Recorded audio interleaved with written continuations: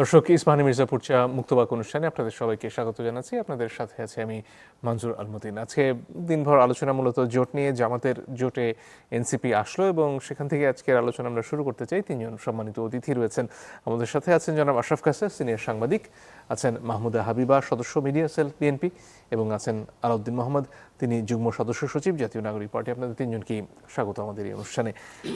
শুরুতেই জনাব আলাউদ্দিন, আপনার কাছে আসতে চাই। কদিন আগে, খুব বেশি দিন হয়নি আসলে, জনাব নাহিদ ইসলাম একটি স্ট্যাটাস দিয়ে জামাতের অবস্থানকে খুবই পরিকল্পিত প্রতারণা বলছিলেন, বিশেষ করে সংস্কার নিয়ে তাদের যে অবস্থান সেটাকে। এখন হঠাৎ করে জনাব ওসমান হাদির মৃত্যুকে কেন্দ্র করে, হত্যাকাণ্ডকে কেন্দ্র করে বলা হচ্ছে যে পরিবর্তিত পরিস্থিতিতে আসলে আপনাদের জোটে আসার প্রয়োজন দেখা দিয়েছে। নিরাপত্তার খানিকটা আলাপও তিনি আজকে করলেন, যে যেভাবে আসলে টার্গেট করা হচ্ছিল সেখানে আসলে এই ধরনের একটা জোটের মধ্যে কি আপনারা নিরাপত্তা খুঁজছেন? হ্যাঁ, আপনাকে ধন্যবাদ। আমার সহালোচক বৃন্দ এবং যারা দেখছেন সবাইকে শুভেচ্ছা জানাচ্ছি। প্রথমত, এই নির্বাচনের সময় যে নির্বাচনী কৌশল থাকে অথবা আসন ভাগাভাগির যে সমঝোতা, এর সাথে নির্বাচনী জোটের একটি স্পষ্ট তফাৎ আছে। নির্বাচনী জোটকে আমরা দেখেছি সাধারণত তাদের একটা কমন ইশতিহার থাকে এবং কমন লক্ষ্য থাকে, কিন্তু আমাদের ক্ষেত্রে এটা যেটা হয়েছে, আমাদের কোনো কমন ইশতিহার নেই, এখানে আমাদের কোনো কমন স্লোগান নেই, কমন কোনো আপনার ব্র্যান্ডিং ট্যাগলাইন নেই। আমরা যেটা করছি, যেই আসনে আমাদের প্রার্থীদের মানে একটু শক্তিশালী জায়গায় আছে, সেখানে এই জায়গাটা একটু ত্বরান্বিত করার জন্য সেই আসনগুলোতে আমরা এখানে অ্যালায়েন্স তৈরি করার চেষ্টা করছি, যে আমরা আসলে কার সহযোগিতা পেতে পারি। এটি হলো আপনার মাইক্রো লেভেল। আর যদি ম্যাক্রো লেভেলে বলেন, ম্যাক্রো লেভেলে বাংলাদেশে এই মুহূর্তে এই নির্বাচনটি শুধুমাত্র সংসদ নির্বাচনই নয়, এই নির্বাচনটি একই সাথে জুলাই সনদ বাস্তবায়নের জন্য যে গণভোট হবে, সেই গণভোটের হাফ ভোটকে জেতানো নির্বাচন বটে। আমরা ইতিমধ্যে দেখেছি যে বাংলাদেশে এই হাফ ভোটের যখন প্রসঙ্গটি আসলো, কিংবা তার পূর্ব আপনার পুরো সংস্কার প্রক্রিয়ার মধ্য দিয়ে যাদের কারণে এই সংস্কার প্রক্রিয়াটা দীর্ঘ বিলম্বিত হয়েছে, তারা শেষ পর্যন্ত আমরা দেখেছি সামহাও বাধ্য হয়েছে অনেকগুলো বিষয় মেনে নিতে, কিন্তু এটা মন থেকে মেনে নিয়েছে কিনা এবং সামনের দিনগুলোতে তারা হাফ ভোটের পক্ষে প্রচারণা চালাবে কিনা, এই বিষয়টা নিয়ে কিন্তু ইতিমধ্যে সন্দেহ দেখা দিয়েছে। এই সংশয়টা শুরু হয় হাফ ভোটের আপনার যখন আলোচনা শুরু হয়, তখনই আমরা দেখেছি যে আপনার একটি নির্দিষ্ট দলের বিভিন্ন আপনার পেজ থেকে এবং তাদের দলীয় বড় বড় নেতাদের কাছ থেকে কিন্তু না ভোটের একটা প্রচারণা শুরু হয়েছিল। যদিও এটা অনেকটা অ্যাম্বিগুইটি ছিল, যে এটা আসলে কিসের না, সবাই মিলে বলছে না। তো এই যে জায়গাটা ধরেন, আমাদের কাছে একটা সংশয় যে খুব 1.5 মাসের মধ্যে যে নির্বাচনটা হচ্ছে, নির্বাচনে আসলে হা ভোটের পক্ষে শক্তিশালী রাজনৈতিক দলগুলো প্রচারণা চালাচ্ছে কিনা। পাশাপাশি যেভাবে এখন রাজনৈতিক দল বিলুপ্তির প্রতিযোগিতা শুরু হয়েছে এবং বহুদলীয় গণতন্ত্রের নামে যেভাবে আপনার একটি বড় দল অন্যান্য দলগুলোকে নির্বাচনে জিতিয়ে সংসদে আনার জন্য সবগুলো দলকে বিলুপ্তি ঘটিয়ে আরেকটি আপনার নতুনভাবে মানে বাকশালী একটা সিস্টেম কায়েম করছে। কীরকম, যেমন আপনি যদি দেখেন এখন এনসিপিকেও বিএনপি জোটে চায় এখন, কিংবা এখন আরও ছোট ছোট দলগুলো আছে। তো এমন একটা অ্যালায়েন্স তৈরি করা হচ্ছে, অ্যালায়েন্সের বাইরে আসলে কোনো বিরোধী শক্তি নেই। আপনি যদি এই অ্যালায়েন্স মিলে সংসদ গঠন করে, এই সংসদ তিনি বলছিলেন সেই আন্দোলন পরিকল্পিতভাবে করা হচ্ছিল, জামাতের আন্দোলনের কথা বলছিলেন। ঐকমত্য কমিশনের সংস্কার প্রক্রিয়া ও জাতীয় আলোচনাকে গণ অভ্যুত্থানের পর রাষ্ট্র এবং সংবিধান পুনর্গঠনের আসল প্রশ্ন থেকে ভিন্ন খাতে প্রবাহিত করতে, তো সেই দলটির সাথেই আসন সমঝোতা করে আসলে সংস্কার বলুন, গণতন্ত্রে ফেরত আসার যে আকাঙ্ক্ষার কথা আপনারা বলছেন, নতুন বন্দোবস্তের কথা বলছেন, সেটা আসলে কিভাবে বাস্তবায়িত হবে? প্রথমত আমরা সার্বিক বিবেচনা দেখেছি, এটা লেজার এভিল, মানে আমরা আসলে দুইটা শক্তির মধ্যে সংস্কারের পক্ষে অপেক্ষাকৃত ব্যাটার অবস্থানে কে আছে। যদি আমরা সেটা দেখি, আমরা এই মুহূর্তে মনে হচ্ছে যে সংস্কারের পক্ষে বিএনপির চেয়ে জামাতের অবস্থান অথবা হাবুটকে বাঁচানোর জন্য পরিকল্পিত প্রতারণা করেছে। বিএনপির ব্যাপারে তো নাহিদ ইসলাম এই কথা বলেননি। বিএনপির ব্যাপারে বিএনপি তো পুরোপুরি সংস্কারের বিরোধিতা করেছে। বিএনপি একটা সময় বিএনপির শীর্ষ নেতৃত্ব, স্ট্যান্ডিং কমিটির মেম্বাররা সরাসরি বলেছে কিসের গণভোট হবে না। মির্জা আব্বাস বলেছেন যে আপনারা যাই সংস্কার করেন না, এখন আমরা ক্ষমতা গেলে সব আপনার রিভার্স করে নিব। এই যে স্টেটমেন্ট আপনাদের কিন্তু এতদিন ছিল না, এটা জামাতের বয়ান। এই বক্তব্য ছিল, এই বক্তব্য তো আপনি নাই করে দিতে পারবেন না। এটা আপনাদের মুখে শুনিনি না, আমাদের মুখে দেখেন। ব্যাপারটা হলো যে আমাদের মুখ হলো দুইটা। জামাতের নেতারা এই কথাই বলেছেন, বিএনপি বলেছে তারা সব সময় সংস্কারের পক্ষে। বিএনপি বলেছেন এবং আমরা বিশ্বাস করতে চাই এবং অবশ্যই এখনো বিশ্বাস করি, কিন্তু মূল জায়গাটা আপনারা যাকে প্রতারক বলছেন, পরিকল্পিতভাবে প্রতারণা করছে, তাদের উপর হঠাৎ বিশ্বাস আসার কারণ? না, বিশ্বাস তো আসে নাই। বিশ্বাস আসবে কেন? আমরা কি জামাতের কোনো যে তাদের যেই আপনার গঠন, তাদের যে ঐতিহাসিক বোধ, লেজার ইভিল যেহেতু বলছেন, নিশ্চয়ই বিশ্বাস এসেছে। না, লেজার ইভিল মানে সংস্কারের প্রশ্নে অথবা বিচারের প্রশ্নে যদি বলেন, কিংবা আপনার এই জুলাইয়ের প্রতি কমিটমেন্টের প্রশ্নে আমি নিশ্চিতভাবে বলবো যে আপনার জুলাইকে যারা আপনার সত্যিকার অর্থে ধারণ করে, সেই শক্তিগুলোর মধ্যে আমরা অপেক্ষাকৃত তাদের কাছে মনে হচ্ছে এই মুহূর্তে তাদের সাথে আমাদের একটা সমঝোতা যাওয়াটা আমাদের জন্য এবং সে পুরো সময় আপনার জামাত নেতা গোলাম পরোয়ার একটা কথা বলেছিলেন যে তোমরা নতুন ছাত্রদের দল, রাজনীতিতে জামাত ইসলামের সাথে পাল্লা দিতে গেলে আরো বহুদূর যাইতে হবে, জন্ম নিয়েই বাপের সাথে পাল্লা দিও না। এটা কি ভুল বোঝা এক রকমের তাহলে? না না না, ভুল বোঝানো। দেখেন, আমি খুব স্পষ্ট করতে চাই, প্রথমত we are not subscribing Jamaat's politics. হ্যাঁ, তাদের পলিটিক্স, তাদের ঐতিহাসিক দায়, তাদের যে বর্তমান ধর্মভিত্তিক রাজনীতি, কোনোটাই সাবস্ক্রাইব করি না। কিন্তু একই সাথে আপনার নির্বাচনী মাঠে বিএনপি নিয়ে যে ভাষায় আপনি বললেন, এটা কিন্তু জামাতের বক্তব্য এতদিন শুনে এসেছি, তাহলে কি সেটা এক ধরনের সাবস্ক্রিপশন হচ্ছে না? না না, সাবস্ক্রিপশন কেন হবে? আমরা তো সংস্কারের প্রশ্নে বলছি। কিন্তু জামাতের রাজনীতি দেখেন, জামাতের আইডেন্টিটির প্রশ্ন নিয়ে বেশি কথা হচ্ছে। জামাত কি বলছে সেটা নিয়ে না, জামাত বিএনপি সম্পর্কে কি বলছে সেটা জামাতের পরিচয় না। জামাতের পরিচয় হলো জামাতের জন্ম প্রক্রিয়া, জামাতের বাংলাদেশ রাষ্ট্রের ঐতিহাসিক যেই সেই ক্ষণে জামাতের যে অবস্থান, পরবর্তীতে বাংলাদেশের রাজনীতিতে জামাত বিভিন্নভাবে প্যারাসাইটের মতো হয়ে যেই জোটগুলো গঠন করেছে এবং ক্ষমতার সাথে থেকেছে, এবং এখন যেইভাবে আপনার বাংলাদেশের যে ধর্মীয়ভাবে যে একটা দক্ষিণপন্থার উদ্ভব ঘটছে, এটার সাথে জামাতের যে সংশ্লিষ্টতা, সবগুলো সত্য এবং সবগুলো আমরা স্বীকার করি। এবং স্বীকার করে আমরা বলছি, বাংলাদেশে এই মুহূর্তে গণতন্ত্রের জন্য এনসিপি একটা স্টেবিলাইজিং ফোর্স। এনসিপি এখন যদি বলেন বিএনপির দিকে যাবে, তাহলে আপনি পুরো মাঠ ছেড়ে দিচ্ছেন জামাতের প্রতি। আপনি যখন পুরো মাঠ দিয়ে দিচ্ছেন দক্ষিণপন্থা, থেকে বলছিলেন যে আপনারা 300 আসনে আলাদা নির্বাচন করতে চান, আজকে জনাব নাহিদ ইসলাম তো সে কথাই বললেন যে সেটাই আপনাদের অবস্থান ছিল, তাহলে সেখানে অসুবিধাটা কি হলো?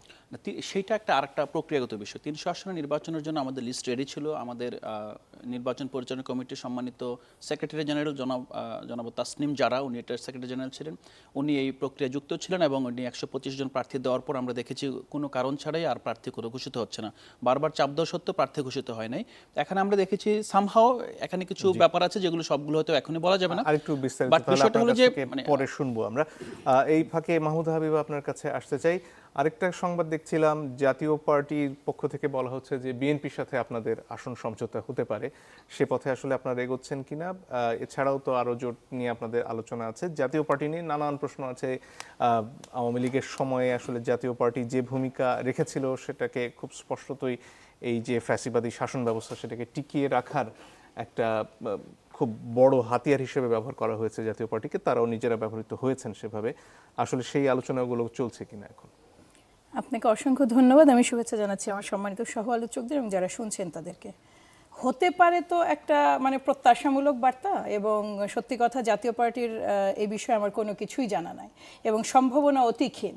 এটার আমি কোনো সম্ভাবনা আসলে দেখতে পাই না। আপনি শুধু জাতীয় পার্টির কথা বললেন, তো এটা চরমোনাই, কিন্তু মানে কি বলে চরমোনাই কি ওটা চরমোনাই পীর সাহেবের দল ইসলামিক শাসন আন্দোলন না, সেইটাও এনারাও তো আরেকটা খুব স্ট্রং পিলার যারা দীর্ঘদিন সহযোগিতা করেছেন এই কি বলে মানে ফ্যাসিজমকে টিকিয়ে রাখতে, ফ্যাসিজমকে একটা শেপ দিতে, ইসলাম ফোবিয়াকে যখন স্টাবলিশ করা হয় বাংলাদেশে, তাদের মাধ্যমেই তো এটা জায়েজ করা হয়েছিল যে একটা ইসলামিক ফ্রন্ট তাদের আছে।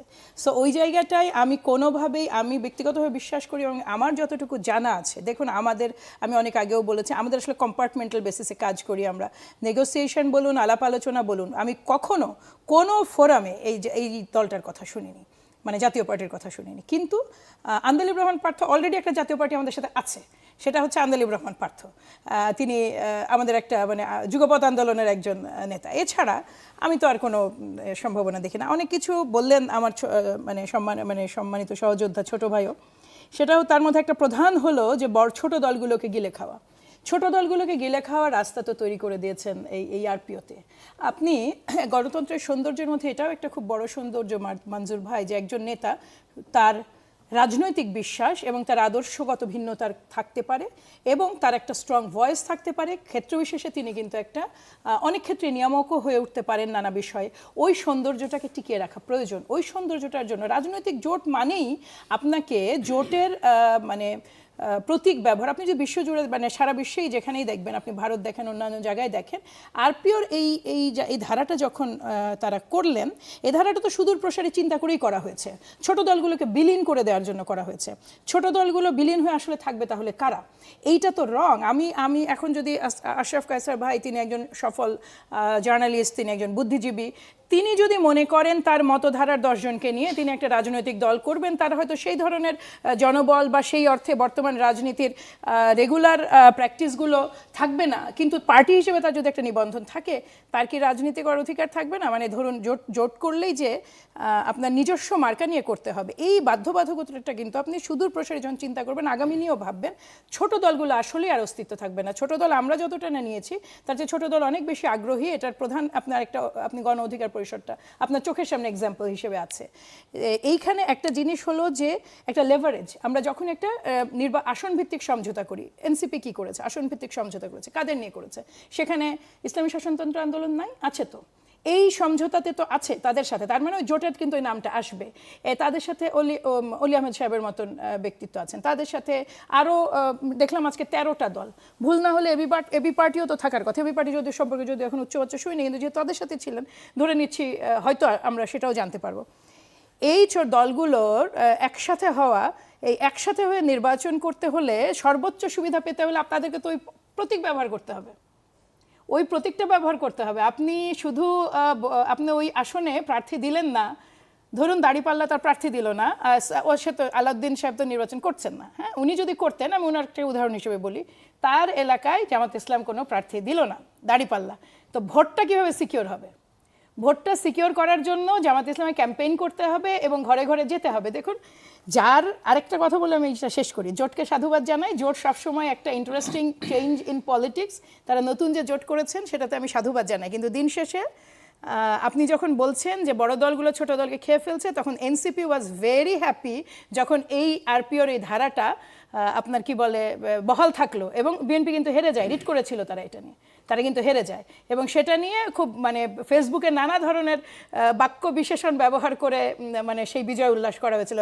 কিন্তু এটা কখনো ভেবে দেখা হয়নি যে বহু দল আছে যারা আজকে 8 বছর 10 বছর 15 বছর 20 বছর তারা সংগ্রাম করেছেন, কিন্তু তারা বাধ্য হয়েছেন এবার তাদের প্রতীকটাকে মানে কোরবানি দিতে।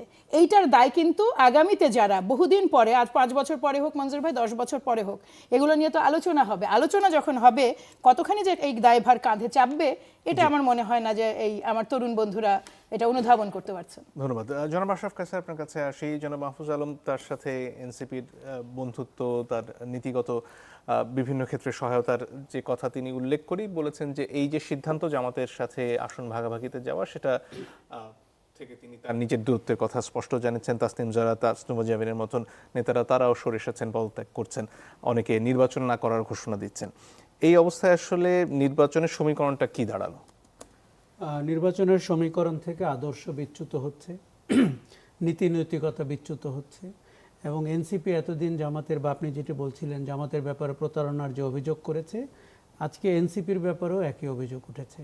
তারা জুলাই অভ্যুত্থানের আশা আকাঙ্ক্ষার সাথে গত 16 মাস ধরে বিভিন্নভাবে মানুষের পারদ উপরের দিকে তুলেছেন, আজকে তারা প্রতারিত ফিল করছেন।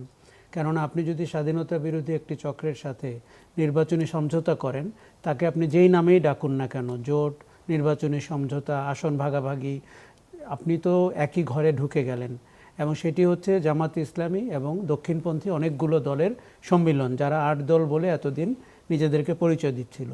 আজকে থেকে তারা 10 দল, কারণ অলি আহমেদ জয়েন করেছেন আর এনসিপি জয়েন করেছেন। আপনি শুধু একবার ভাবেন যে এনসিপি তার 30 জনকে আসন সংরক্ষণ করতে গিয়ে 100 জনের উপরে কি অন্যায়টা করলো, যে 125 জনের নমিনেশন তারা দিয়েছিল। এই যে ডক্টর তাসনিম জারা অথবা তাসনুভা জামিনকে আমরা প্রচারণা করতে দেখেছিলাম, তারা এখন কোথায়? তারা এতিম, তারা এনসিপিও না, তারা কেউ স্বতন্ত্র, কেউ নির্বাচন থেকে সরে দাঁড়াচ্ছেন। তাহলে আপনি যখন রাজনৈতিক সংগঠন দাঁড় করান, নতুন বন্দোবস্তের কথা বলেন এবং জুলাই চেতনা বলে একটি অদ্ভুত আশাবাদ ছড়ান, আর আপনি 30টি আসন সংরক্ষণ করতে গিয়ে 270টি আসনে আপনি কাকে সমর্থন দিচ্ছেন? এবং আমি যতটুকু জানি শর্ত হচ্ছে 30টি আসনে জামাত এবং অন্যান্য দক্ষিণপন্থীরা এনসিপিকে সমর্থন দিবে, আর 270টি আসনে এনসিপি জামাত এবং দক্ষিণপন্থীদেরকে সমর্থন দিবে। তাদের কেউ কেউ বাংলাদেশে শরিয়া আইন কায়েম করার জন্য প্রতিশ্রুতিবদ্ধ।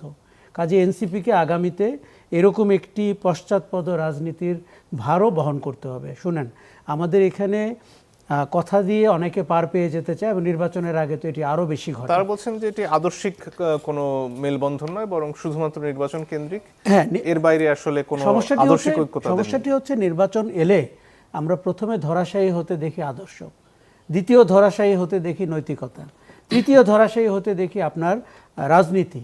কাজেই এনসিপির মতো একটি কয়েক 12 মাস কিংবা 14 মাস বয়সী দল অথবা আরও কম, তার কাছ থেকে আমরা কিন্তু এই পুরনো রাজনৈতিক চর্চা আশা করিনি।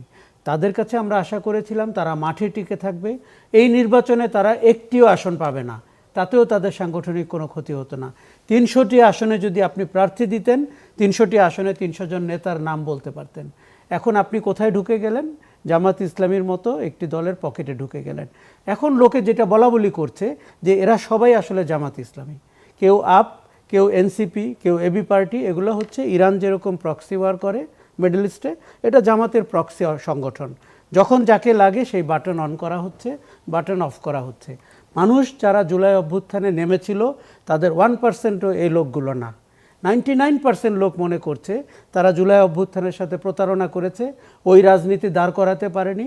তাদের কেউ কেউ উপদেষ্টা হয়েছেন, কেউ কেউ অর্থনৈতিক অসঙ্গতির সাথে জড়িয়েছেন, কেউ কেউ রাজনীতিক দুরাচারের সাথে যুক্ত হয়েছেন। এনসিপির জন্য এটি একটি ভয়ঙ্কর রাজনৈতিক মৃত্যু। আমি শিওর জানি না যে আগামী নির্বাচনে জামাতের সাথে গিয়ে তাদের 30টির মধ্যে কয়টি আসন তারা বিজয়ী হতে পারবেন। কেননা তারা যদি দাঁড়িপাল্লা নিয়ে না নির্বাচন করেন, সেক্ষেত্রে তাদের মার্কা আসলে গ্রামগঞ্জে কোথায় গিয়ে দাঁড়াবে, যেই ভয়ে কিন্তু বিএনপির অনেক সঙ্গী ধানের শীষে চলে এসছেন। আপনি গণ অধিকার পরিষদ দেখেন, 2 নেতার দল, এক নেতা চলে গেছেন ধানের শীষে, আরেক নেতা বোধহয় ট্রাক মার্কায় চলে গেছেন। আমরা রাজনীতির এই চর্চাটি পছন্দ করছি না। কেননা আপনি ছোট দল হন, মাঝারি দল হন, আপনি ভিন্ন মতের মানুষ হন, আমরা গণতান্ত্রিক চর্চায় সেটি দেখতে চেয়েছিলাম।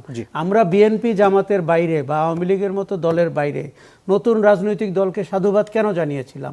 এনসিপির উদ্বোধনী অনুষ্ঠানে আমি গিয়েছিলাম এটি বুঝতে যে তারা আসলে নতুন কথা বলে কিনা, তারা নতুন রাজনীতির চর্চা করে কিনা।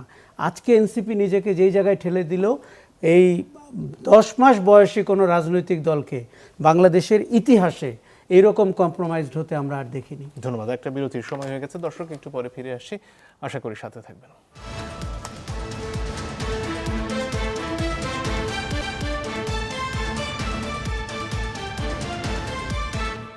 দর্শক, আপনারা দেখছেন ইস্পাহানি মির্জাপুর চা মুক্তবাগ। ফিরে আসবো জনাব আলাউদ্দিন আপনার কাছে। কদিন আগে গণতান্ত্রিক সংস্কার জোটের ঘোষণা দেয়া হলো এনসিপির সাথে আরও একটি দল মিলে, এবং তাদের অন্যতম নেতা এখানে জনাব হাসনাত কাইয়ুম, তাকে যখন জিজ্ঞেস করা হয়েছিল রাষ্ট্র সংস্কার আন্দোলনের সভাপতি তিনি এই জামাতের সাথে জোটে যাওয়ার ব্যাপারে, তিনি স্পষ্ট করেই বলছিলেন যে এই ধরনের কোনো আলোচনা তাদের মধ্যে তো হয়নি, বরং এই ধরনের কোনো আসন ভাগাভাগিতে তারা যাবেন না, এই ধরনের একটা আলোচনা ছিল। তাহলে এখন গণতান্ত্রিক সংস্কার জোটের আসলে কি হচ্ছে? এটি কি বিলুপ্ত হয়ে গেল? প্রথমত গণতান্ত্রিক সংস্কার জোট যেই লক্ষ্য আদর্শকে আপনার কেন্দ্র করে হয়েছিল, সেখানে আপনি যে ব্যানার দেখেন স্পষ্ট লেখা ছিল রাজনৈতিক জোট, নির্বাচনী জোটের কোনো কথা ছিল না সেখানে, এবং সেই স্টেটমেন্টও ছিল না। আবার একই সাথে আপনার এনসিপি যে নির্বাচনী কৌশলের অংশ হিসেবে আসন ভাগাভাগিতে গিয়েছে, তার সাথে কিন্তু এবি পার্টি যায় না। মানে এনসিপি একটা দল হিসেবে গিয়েছে, এনসিপি কিন্তু জোট হিসেবে যায় নাই। হ্যাঁ, এখন জোট কিন্তু জোটের জায়গা আছে। এখন কেউ যদি মনে করে জোটের কোনো সদস্য দল হিসেবে আপনার কোথাও অন্য কোনো জোটে অথবা অন্য কোনো আপনার আসন সমঝোতায় যেতে পারবে না, তাহলে সেটা একটা ভিন্ন কনসার্নের জায়গা। কিন্তু যদি বলেন এবি পার্টি কিন্তু এখন পর্যন্ত জামাতের সাথে কোনো আপনার আসন ভাগাভাগি কিন্তু জোটে কিন্তু যায় নাই। হ্যাঁ, আজকে পর্যন্ত আমরা দেখি যে যায় নাই ধরেন। তো সেক্ষেত্রে আমার মনে হয় যে এখন পর্যন্ত জোট আছে, তাদের কনসার্নটা আমরা দেখেছি, তারা সংবাদ সম্মেলনে জানিয়েছেন। কিন্তু একই সাথে এটাও সত্য যে এই যদি এইভাবেই হয়, খুব আপনার গ্রেট কনসার্ন থাকলে হয়তো এই জোট কাজ করবে না। হ্যাঁ, বাট আমরা প্রত্যাশা করব যে এই জোট কাজ করা উচিত। মানে কারণ আমাদের আসলে মানে এই নির্বাচনী কৌশলের কাছে এই জোটের যে দাবিটা ছিল, এই দাবিটা তো বরং আরও স্ট্রেংথেন হয়েছে, যে এখানে আপনার আরও অনেকগুলো দলকে সাথে নিয়ে আপনি একই দাবি নিয়ে আপনি আগাতে পারছেন। এর পাশাপাশি যে সব মিলে নিরাপত্তার বিষয়টা ঘুরে ফিরে আসছে শহীদ ওসমান হাদির হত্যাকাণ্ডের পর থেকে, সেখানে আসলে এই জোট গঠন বা এই আপনারা যে ভাষায় আজকে জনাব নাহিদ ইসলাম বললেন, সেই দিকে আসলে এই আসন ভাগাভাগি বলুন বা সমঝোতা বলুন, এটাতে লাভ কিভাবে হচ্ছে? প্রথমত নিরাপত্তা একটা আপেক্ষিক বিষয়। নিরাপত্তা আসলে কেউ কাউকে দিতে পারে না ওইভাবে রাষ্ট্রের মধ্যে। নিরাপত্তা একটা পাওয়ার কোশ্চেন। যদি আপনার পাওয়ারফুল কেউ মনে করে আপনাকে, তাহলে সে আপনাকে হিট করার আগে সে ভাববে, তো ফাইট ব্যাক করবে। কারণ আমাদের এখানে যেটা হয়েছে, আপনার শহীদ ওসমান হাদির যে ঘটনা, এই ঘটনাটা কিন্তু তফসিলের পরদিন হয়েছে, এবং আমি অন্তত পুরোটা বিশ্বাস না করলেও আমি কনসার্ন যে এই ঘটনাটা এই ধরনের জোটের দিকে ঠেলে দেওয়ার ক্ষেত্রে একটা বড় ভূমিকা রেখেছে। কারণ ওসমান হাদির যেদিন গুলিবিদ্ধ হয়েছে শুক্রবার, এর পরের শুক্রবার পর্যন্ত কিন্তু কার্যত আপনার এনসিপি অথবা অন্যান্য ছোট রাজনৈতিক দলে কিন্তু কোনো রাজনৈতিক আপনার ছিল না। হ্যাঁ, পুরো একটা টালমাটাল অবস্থায় চলে গিয়েছিল। এবং তারপর এক সপ্তাহ পরে যখন তার মৃত্যু হলো, তার মৃত্যুর পরে আপনার এরপরে শনিবার তার জানাজা হলো। এই ফুনারালের পুরো প্রসেসের মধ্য দিয়ে আসলে স্বাভাবিকভাবে যারা আপনার এস্টাবলিশড পলিটিক্যাল পার্টি, তাদের কিন্তু আপনার মানে মোটিভেশন কিংবা আদার্স জিনিসগুলো খুব বেশি ম্যাটার করে না। তারা একটা ঘোষণা দিয়ে দিলে তাদের 300 আসনে সব জায়গায় they have the ready force. এনসিপির জন্য কিন্তু এটা ছিল একটা আপনার পুরোপুরি একটা অর্গানিক মুভমেন্ট। যেমন আমাদের নেতা নেত্রীরা আসনে যাচ্ছিলেন, বিভিন্নভাবে আপনার ছড়িয়ে পড়ছিলেন, ঠিক এটা কিন্তু একরকম স্টপ হয়ে গেল। এবং এটা আমি বিশ্বাস করি যে এটা একটা বড় প্রভাবক হিসেবে ভূমিকা পালন করছে। কিন্তু এই প্রভাবকের জায়গাটা যে তাকে জামাতের দিকে নিয়ে গেলে তার নিরাপত্তার জায়গায় কোনো সংস্থান হবে, এটা হয়তো এখনই আমি বলতে পারি না। এটা আমাদের নেতৃবৃন্দ মনে করেছেন, এটা হয়তো সময় বলে দিবে যে সত্যিকার অর্থে এই জোট তাদেরকে কোনোভাবে বাঁচাতে পারবে কিনা। ধন্যবাদ। জনাব আশরাফ কায়সার, ওসমান হাদির হত্যাকাণ্ডের পরে আসলে কি কি সমীকরণ পাল্টেছে বলে মনে হয়, যে কারণটা আজকে দেখানো হচ্ছে এনসিপির তরফ থেকে, আপনার কাছে এই যুক্তিটাকে কি মনে হয়েছে? দেখুন, বড় রাজনৈতিক প্রেক্ষাপটের দিকে তাকালে এনসিপির আদর্শ এবং জনগণের কাছে তাদের যে প্রতিশ্রুতি, তার দিকে তাকালে এইটি আমার কাছে এই যুক্তি ধোপে টিকে না। ওসমান হাদিকে মানে হত্যা করা হয়েছে এবং অনেকের জীবন কিন্তু আশঙ্কার মধ্যে আছে। শুধু এনসিপির লোকদের জীবন আশঙ্কার মধ্যে আছে এটি ভাবার কোনো কারণ নেই। দেখুন, যারা টার্গেট কিলিং করে তারা সমাজের অন্য স্তরের মানুষকেও কিল করতে পারে একটা অস্থিরতা তৈরি করার জন্য, অনিশ্চয়তা তৈরি করার জন্য। তাহলে কি অন্য স্তরের মানুষগুলো এখন কম্প্রোমাইজড লাইফে চলে যাবে? সে তার পেশা বন্ধ করে দিবে, সে ঘরের ভিতরে আবদ্ধ হয়ে যাবে? এইসব কথা যখন কোনো রাজনৈতিক নেতা বলেন বা কোনো রাজনৈতিক দল বলেন, তাদেরকে পরিষ্কার আমরা বুঝতে পারি তারা কোন রাজনীতি করতে চাচ্ছেন। আপনি জামাতের সাথে যাওয়া মানেই আপনার জীবনের সুরক্ষা নিশ্চিত হলো। এই বোকার স্বর্গে বাংলাদেশে কে বসবাস করছে? ইভেন আমি এখন বলি, রাজনীতিবিদরা অনেক ধরনের ষড়যন্ত্র করেন। সব হত্যা যে দিনের আলোতে আমরা যা ভাবি তা না। সব হত্যার পেছনে, অনেক হত্যার পেছনে অনেক ধরনের ষড়যন্ত্র থাকতে পারে রাজনৈতিক পরিস্থিতিকে ব্যবহার করার জন্য। এবং ওসমান হাদির মানে তদন্ত ঠিক মতো এগোয়নি, হত্যাকারীদেরকে খুঁজে পাওয়া যায়নি। তারা যেভাবে সীমান্ত ক্রস করেছেন, আমার ধারণা এর পেছনে আরও বড় কোনো শক্তি আছে। শুধু একজন অস্ত্রবাজ মোটরসাইকেলে দুজন লোক ওসমান হাদিকে খুন করে সবার চোখের সামনে দিয়ে, তার ভাই তো সেই দিকে ইঙ্গিত করেছেন যে যারা হত্যা করেছে তারাই এটাকে কাজে লাগিয়ে নির্বাচন বানচালের চেষ্টা করছে। আমি আপনাকে পরিষ্কার বলি, আমি পরবর্তী 7 দিন অবলোকন করেছি তাকে গুলি করার পর থেকে তার জানাজা পর্যন্ত, এবং পরবর্তীতে জানাজার পরের 7 দিনও আমি দেখেছি কারা ওসমান হাদিকে ব্যবহার করেছেন, কারা তার হত্যাকাণ্ডকে সুযোগ হিসাবে নিয়েছেন, কারা রাজনৈতিক পোলারাইজেশনের জন্য ওসমান হাদির হত্যাকাণ্ডকে ব্যবহার করেছেন। এটি আমাদের গভীরভাবে বিশ্লেষণ করতে হবে। এনসিপির নেতা নাহিদ ইসলাম যেমন করে আজকে সরলীকরণ করছেন যে এই হত্যাকাণ্ডের পরে তাদের মনে আশঙ্কা ঢুকে গেছে জীবনহানির এবং তারা জামাতের আশ্রয়ে চলে যাচ্ছেন, এটি এত সরলীকরণ, এটি কোনো রাজনৈতিক দলের কাছ থেকে আমরা আশা করি না। তাহলে উনি যে আমাদের লক্ষ লক্ষ মানুষকে জুলাই অগাস্টে রাস্তায় নামতে সাহায্য করেছিলেন, আওয়ামী লীগের বিরুদ্ধে দাঁড়াতে সাহায্য করেছিলেন, তাদের জীবনের নিশ্চয়তা কে দিবে? ওনার তো সেই দায়িত্ব নেওয়ার কথা একজন রাজনৈতিক নেতা হিসাবে। তিনি তো, তার সমর্থকরা বলে থাকেন এক দফার জনক। সেই এক দফা শুনে যারা রাস্তায় নেমেছিল, জীবন দিয়েছিল, অঙ্গহানি ঘটেছিল, তাদের দায়িত্ব নাহিদ ইসলাম কোথায় নিচ্ছেন? দেখুন, আপনি রাজনীতি করতে হলে আপনাকে লম্বা রেসের ঘোড়া হতে হবে, আপনাকে শর্টকাট খুঁজলে হবে না। আপনি আজকে যেটি মৌকা পেয়ে গেছেন, জামাত একটা বড় জোট করেছে এবং এক ধরনের ইসলামী জোশ বাজারে ছড়িয়ে পড়েছে, জামাত তার প্রক্সি দিয়ে 3-4 স্তরে কিছুটা প্রশাসনেও প্রভাব বিস্তার করতে পেরেছে। এগুলো বলে, এগুলো করে কিন্তু আপনার রাজনীতির যে সমীকরণ, সেটিতে আপনি খারাপ করছেন। দেখুন, এনসিপি বিএনপির সাথেও কথাবার্তা বলেছে। এখন বিএনপি বড় দল, বিএনপি 5টি আসন ছাড়া, 6টি আসন ছাড়াও একটা নতুন দলের জন্য অনেক বড় ব্যাপার। আপনি খেয়াল করে দেখুন যে যাদেরকে আসন ছেড়েছে, কেউ কেউ একটি আসন পেয়েও তো বিএনপির সাথে রয়ে গেছে। তার মানে নির্বাচনটি এমন জায়গায় যাচ্ছে। এনসিপি বারবার যখন জামাতের পক্ষে যুক্তি দেখাচ্ছে কেন তারা জামাতে জোটে গেল, এখানে খুব বড় বাস্তবতা হচ্ছে জামাত তাদেরকে 30টি সিট অফার করেছে, আর বিএনপি হয়তো সেটি করেনি। বিএনপি হয়তো তার 1/4 করেছে কিংবা আরও কম। কাজেই এনসিপির প্রথম কথা, কেন তার বিএনপির সাথে যেতে হবে, কেন তার জামাতের সাথে যেতে হবে? বাংলাদেশের মানুষ তৃতীয় নতুন রাজনৈতিক শক্তি খুঁজছে, এবং আপনি খেয়াল করে দেখুন জুলাইতে মানুষ লক্ষ লক্ষ মানুষ রাস্তায় কেন নেমেছিল? সাধারণ শিক্ষার্থীর ব্যানারে কিছু ছাত্র জমায়েত হয়েছিল বলে। তারা যদি তখন শিবিরের ব্যানারে আসতো, জামাতের ব্যানারে আসতো কিংবা ছাত্র দলের ব্যানারে আসতো, তাদের পক্ষে কেউ দাঁড়াতো না। 16 বছর আমরা দেখি নাই রাজনৈতিক দলগুলো আন্দোলন করতে গিয়ে কতটা নাস্তানাবুদ হয়েছেন, কে তার পক্ষে দাঁড়িয়েছে। এই দেখুন, রাজনীতিতে প্রতারণা করা ভয়ঙ্কর অপরাধ। এনসিপিকে প্রতারণার দায়িত্ব নিতে হবে। আজকে তাদের গুটি কয় মানুষের জীবন নিশ্চিত করার জন্য জামাতের সাথে গেলেন তো আপনি, ওই যে লক্ষ লক্ষ মানুষকে আপনি রাস্তায় নামিয়েছিলেন, তাদের হাত থেকে আপনাকে কে রক্ষা করবে? জি, জনাব মাহমুদা হাবিবা, আপনার কাছে এই পর্যায়ে আসতে চাই। জনাব তারেক রহমানের নিরাপত্তা নিয়ে নানান ধরনের আশঙ্কার কথা বিভিন্ন সময় আপনারা বলেছেন। এই মুহূর্তে নির্বাচন নিয়ে আপনাদের প্রার্থীরা যারা, জনাব তারেক রহমান সহ, আসলে আপনারা কি নিরাপদ বোধ করছেন কিনা? সব মিলিয়ে যে হিসেব দেয়া হচ্ছিল সরকারের তরফ থেকে, আজকে সকালে জানানো হলো যে ওসমান হাদির হত্যাকারীরা ভারতে পালিয়ে গেছে। আবার আসামের পুলিশের তরফ থেকে বলা হচ্ছে যে এই ধরনের কোনো ঘটনাই ঘটেনি। সেখানে যে গ্রেফতারের কথা সরকারের তরফ থেকে জানানো হয়েছিল সেটাকেও তারা অসত্য বলছেন। আসলে সরকার কি নির্বাচনের জন্য বা প্রার্থীদের সবার নিরাপত্তার দায়িত্ব পালন করতে পারছে কিনা? দেখুন, এইবারের নির্বাচনটা তো আসলে একটা ইউনিক নির্বাচন। এইবারের নির্বাচনের মতো নির্বাচন তো আর বাংলাদেশ কখনো দেখেনি, মানে যেটা আমরা প্রত্যাশা করছি। ফলে এইবারের নির্বাচনে, যে কোনো নির্বাচনে এক ধরনের নির্বাচনকালীন সময়ে বাংলাদেশের রাজনীতির ধরন অনুযায়ী এক ধরনের সহিংসতা, মানে সেটা কিন্তু যে এই ধরনের ভয়াবহ হত্যাকাণ্ড আমরা দেখিনি। যেই জিনিসটা ঘটেছে, হত্যাকাণ্ড কেবল যে এনসিপি বা নতুন দলগুলোকে মানে কি বলবো শক করেছে তা তো না, তারা যে ধাক্কা খেয়েছে কেবল তা তো না। বাংলাদেশের যতগুলো মানুষ মনোনীত হয়েছেন কিংবা রাজনীতিতে সরাসরি সংশ্লিষ্ট কিংবা তেমন ব্যক্তিত্ব, যেটা বললেন আশরাফ ভাই, কাজে ওই কথাটা যাচ্ছি না, তারা প্রত্যেকে কিন্তু এই ঘটনাটার পর থেকে যথেষ্ট, মানে আমি বলবো সতর্ক হয়ে উঠেছেন। আমাদের ক্ষেত্রে তো আরও আগে থেকে আমাদের চিটাগাং একজন প্রার্থীকে মানে প্রার্থীর জনসভাতে গুলি করা হয়েছিল, এবং আরেকজন নেতাকে আপনার ওই যে তার গাড়িতে বসে থাকা অবস্থায় একেবারে বাইরে থেকে ফায়ার করে মেরে ফেলা হয়েছিল। তিনি মনোনীত নন, তখন নির্বাচনী ইয়েটা আসেনি।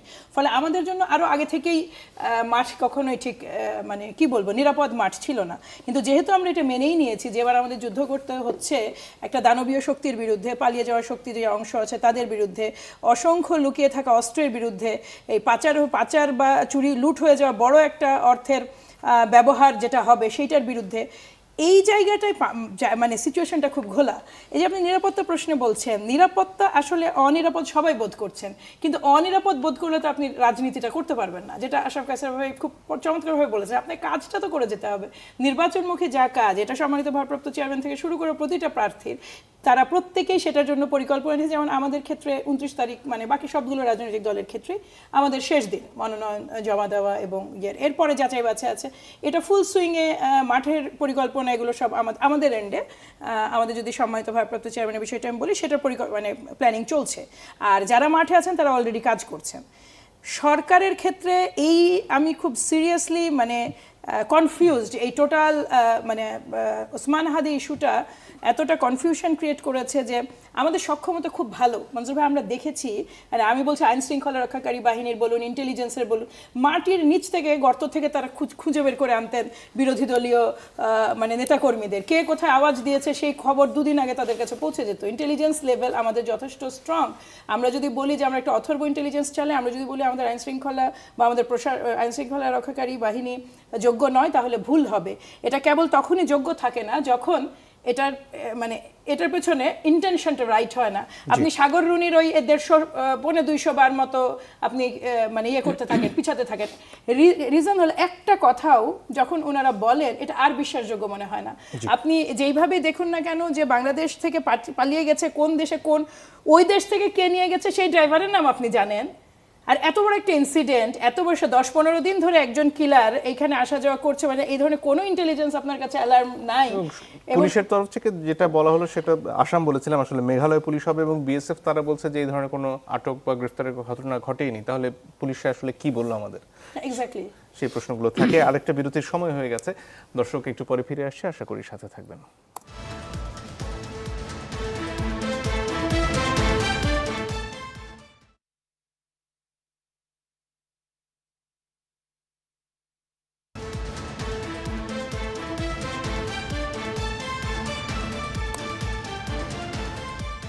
দর্শক আপনারা দেখছেন ইস্পাহানি মির্জাপুর চা মুক্তবাক। জনাব আশরাফ কাসাব, ফিরে আসি আপনার কাছে। ওসমান হাদির হত্যাকাণ্ডের ব্যাপারে আজকে পুলিশের তরফ থেকে যে কথা বলা হয়েছে সেটা আবার ভারতের তরফ থেকে অস্বীকার করা হলো। আসলে যেভাবে এই পুরো হত্যাকাণ্ডের তদন্তকে চালানো হচ্ছে সেটা সন্তোষজনক হচ্ছে কিনা? শুরু থেকেই পুলিশের ভূমিকা অত্যন্ত অপেশাদারী এবং পুলিশ তার কাজ করার কথা, তদন্ত করার কথা। এমনকি আপনি হত্যাকাণ্ড ঘটার সাথে সাথেই আপনি যদি পুরো এলাকা কর্ডন করতে পারতেন, আপনি যারা আক্রমণকারী ছিল তাদেরকে ধরতে পারতেন। পুলিশকে আমরা দেখতে পেলাম গণমাধ্যমের উদ্দেশ্যে বক্তৃতা দেয়, এমনকি বিজেপি প্রেস কনফারেন্স করে যে এই বর্ডার দিয়ে যায়নি। এখন পুলিশ বলছে তারা ভারতে গেছেন, তাহলে বিজেপি রাইট নাকি পুলিশ রাইট? পুলিশ বলেছে মেঘালয়ে 2 জন সহযোগীকে গ্রেফতার করা হয়েছে, সাথে সাথে মেঘালয়ের পুলিশ বলেছে, বর্ডার সিকিউরিটি বলেছে যে এরকম কিছু ঘটে নাই। পুলিশ বলেছে 7 তারিখের মধ্যে চার্জশিট দিবে। তো আমি যদি গত 21 দিনের প্রোগ্রেস দেখি, তাতে করে তারা আগামী 7-10 দিনের মধ্যে কিছুই করতে পারবেন বলে আমার মনে হয় না। দেখুন, পুলিশের সক্ষমতা, পুলিশের আপনার পেশাদারিত্ব নিয়ে যথেষ্ট প্রশ্ন রয়েছে এবং সরকার 16 মাসেও পুলিশকে একটি মানে মিনিমাম যোগ্যতার বাহিনী হিসাবে যাদের তদন্ত করার ক্ষমতা আছে, অথবা পুলিশ এখন তাকিয়ে আছে নতুন কোনো একটি গোষ্ঠীর দিকে, তাদের আঙ্গুলি হেলনে চলতে চায়। এখন এই পুলিশই চাইলে কিন্তু আপনি আবার তদন্ত ভালো করতে পারে। আপনি মোহাম্মদপুরের জোড়া খুনের ঘটনাটি খেয়াল করে দেখুন, মুখোশ পরা একজন মানুষকেও তারা খুঁজে বের করতে পেরেছেন। কোথাও একটা বড় মানে ষড়যন্ত্র আছে, কোথাও একটা বড় চক্র আছে, যার অংশ হয়তো পুলিশ নিজেও। কারণ আজকে পুলিশ যেভাবে কথা বলেছে, আমার একেবারে বদ্ধমূল ধারণা যে বাংলাদেশের অতীতের বেশ কয়েকটি বড় ঘটনার মতো এটিও একটি ভুল পথে পরিচালিত হবে দীর্ঘদিন। তারপরে আমরা অনেক পরে পরিবারের কারণে কিংবা তার সহযোগীদের কারণে জানতে পারবো যে প্রকৃত অপরাধী কারা। পুলিশের সবচেয়ে বেশি যেটি আমার খারাপ মনে হয়েছে, এক পর্যায়ে তারা বলেছে যে 10 জন মানুষের নাম তারা ফাঁস করে দিবেন, প্রকাশ করে দিবেন। পুলিশ কি থ্রেট করতে পারেন? তার কাছে যদি নাম থাকে এবং যেটি আমাদের কাছে অবাক করা নামও হয়, সেই নামগুলো জানানো হতো তাদের পেশাদারি কাজের অংশ। তারা কেন আজকে জানালেন না? তারা ফাঁস করে দিবেন এরকম করে ভয় দেখালে কাকে ভয় দেখাচ্ছেন? মানে পুলিশ এই ভূমিকায় যেতেই পারে না, যেটি আজকে তারা গেছেন। ধন্যবাদ। জনাব আলাউদ্দিন, যদি আর কিছু যোগ করার থাকে। আমাদের পুলিশের পেশাদারিত্বের ব্যাপারে যেটা বললেন সেটা ঠিক আছে। আরেকটা বিষয় হলো যে আমরা গত 15 বছর যেটা দেখেছি যে পুলিশ তো আসলে পেশাদারিত্ব ভুলে গিয়েছিল। তাদের নিয়োগ থেকে শুরু করে তারা একটি নির্দিষ্ট রাজনৈতিক গোষ্ঠীর বাইরে সবাইকে বিভিন্নভাবে নয় নাগরিক করে দেওয়ার প্রকল্পে ব্যস্ত ছিলেন। সেই জায়গা থেকে আমরা আশাবাদ ব্যক্ত করব যে ভবিষ্যতে যারা আসলে সরকার গঠন করবেন তারা যাতে পুলিশকে, যদিও একটা পুলিশ কমিশন হয়েছে কিন্তু আসলে পুলিশ কমিশন ইস্যু নেই, সেটা হলো যে রাজনৈতিক সদিচ্ছা না থাকলে পুলিশ কাজ করতে পারবে না। এখন যে অবস্থাটা, এই অবস্থা সত্যিকার অর্থে হাদি আমাদের সহকর্মী, হাদির মৃত্যুতে আমরা তো শকড। একই সাথে হাদির মৃত্যু কিনা যা ঘটেছে তার চেয়ে বেশি শকড, এবং আমরা অনুমান করছি যে এই ঘটনাটা শুধুমাত্র একটি হত্যাকাণ্ডই নয়, এই হত্যাকাণ্ডটা আসলে রাষ্ট্রের খোল নলচে পাল্টে দেওয়ার মতো একটা হত্যাকাণ্ড, এবং এই হত্যাকাণ্ডকে ঘিরে অনেক পরিকল্পনা ছিল। হয়তোবা আপনার বাংলাদেশ মানুষের বিভিন্ন কারণে এই জিনিসটা নস্যাৎ হতে পেরেছে, এবং এই জায়গাটা ভবিষ্যতে আমার মনে হয় যে উদ্ঘাটন অপেক্ষা আমরা থাকবো এবং ন্যায় বিচার অপেক্ষা থাকবো। কারণ হাদির ন্যায় বিচার নিশ্চিত করতে না পারলে ভবিষ্যতে আসলে আমরা এরকম আরও অনেক হাদিকে হারাতে হবে। জি, ধন্যবাদ। মাহমুদা হাবিবা, যদি আর কিছু যোগ করার থাকে। আমি আসলে বলতে চাই যে দেখুন, এইটা শুধু এইটা নয়, হাদির ভয়ঙ্কর এই নৃশংস হত্যাকাণ্ড, একই সাথে তার পরপরই যে ধরনের মানে অ্যানার্কিজমই বলবো আমি, এটা স্টেট সাপোর্টেডই মনে হয়। মানে আমি হত্যাকাণ্ডটা বলছি না, কিন্তু হত্যাকাণ্ডর যে তদন্ত বা তদন্তের ফার্দার বিষয়, আমি একটু মানে ঘুরে যেয়ে বলি যে আপনার একটা আমাদের পিলখানার যে একটা রিপোর্ট এসেছিল, সেই রিপোর্টে কিন্তু 49 জন ব্যক্তির কথা বলা হয়েছিল যারা কোনো না কোনোভাবে এটাতে অভিযুক্ত, এবং সেটাতে আমাদের বর্তমান আইজিপিরও কিন্তু নাম এসেছে, তিনি কিন্তু সেই সময় তদন্ত কার্য পরিচালনা করতে মানে ঠিক অসহযোগিতা করেছেন, এই শব্দটাই তারা ব্যবহার করেছেন। এইটা একটা সুনির্দিষ্ট দলের দলের রেফারেন্সে তিনি এখন আছেন। এই ধরনের ঘটনাগুলো, এই ধরনের একটা হাই ভ্যালু টার্গেট এবং একটা প্রপারলি খুব স্মুথলি খুন করে বেরিয়ে যাওয়া, টোটাল বিষয়টার মধ্যে এতখানি প্রফেশনালিজম আছে। আইন শৃঙ্খলা রক্ষাকারী বাহিনী যদি গো স্লো না হয় কিংবা বিরত থাকে তাদের দায়িত্ব পালনে, যদি না থাকে তাহলে কিন্তু এটা ধরা পড়ে যায়। যেটা উদাহরণ দিলেন, আমরা অসংখ্য হত্যাকাণ্ড দেখেছি যে পুলিশ ভালোভাবে সলভ করেছে এবং একেবারে মূল পর্যন্ত চলে গেছে। আবার অসংখ্য হত্যাকাণ্ডে ওই যে ভাষা কথা আপনি শুনবেন যে ভারতে গেছে, পাকিস্তানে গেছে, আমেরিকায় গেছে, এইগুলো কিন্তু কোনো সলিউশন না। আর যেটা হচ্ছে যে আপনি দিন শেষে পুলিশের কাছ থেকে প্রপার না ধরে পুলিশের উপরে যারা আছেন, এই স্বরাষ্ট্র মন্ত্রণালয়ের স্বরাষ্ট্র উপদেষ্টাকে নিয়ে বহু কথা আছে, বহু টানাপোড়েন আছে, কিন্তু আমার কাছে সবসময় মনে হয় যে বা খুব মেরুদণ্ড শক্তওয়ালা লোকজন আসলে স্বরাষ্ট্র মন্ত্রণালয়ে রাখা হয় না। তো কারণ হচ্ছে স্বরাষ্ট্র মন্ত্রণালয় অলওয়েজ চলে নেপথ্য থেকে। আর এখানে আমি কোনো একটা টক শোতে দেখলাম নুরুল কবির বলছিলেন যে আমাদের তিনিও একজন সম্মানিত সাংবাদিক, তিনি বলছেন স্বরাষ্ট্র মন্ত্রণালয় চালান দুজন। এখন নেপথ্যে এত কিছু আছে মঞ্জুর, এত কিছু আছে যে আমরা যখন এটা নিয়ে কথা বলি, পুলিশের নিষ্ক্রিয়তা বিষয়টা অতটুকু নয়, কোনোভাবেই নয়। কাজে এই জায়গাটায় অনেক ধরনের বিষয় আছে যেগুলো বিবেচনার দাবিদার। এবং আমার মনে হয় যে অন্তর্বর্তীকালীন সরকারের যেই অংশটা, বিশেষ করে আমরা যাদের প্রতি আস্থা রাখি, যে অংশটা প্রত্যাশী একটা ভালো নির্বাচন বা এই জাতিকে ভালো বাদ দেন একটা মোটামুটি ধরনের নির্বাচন জাতিকে উপহার দেওয়ার জন্য, তাদেরকে তো শক্ত হতে হবে। এবং এই জায়গাটাই শক্ত হতে হবে এই জন্য যে তাদের তো কোনো পলিটিক্যাল অ্যাম্বিশন নাই, কারো কাছে ভালো থাকার তো প্রয়োজন নাই। এখন গ্রিপটা খুব শক্তভাবে নেওয়ার সময় এসেছে।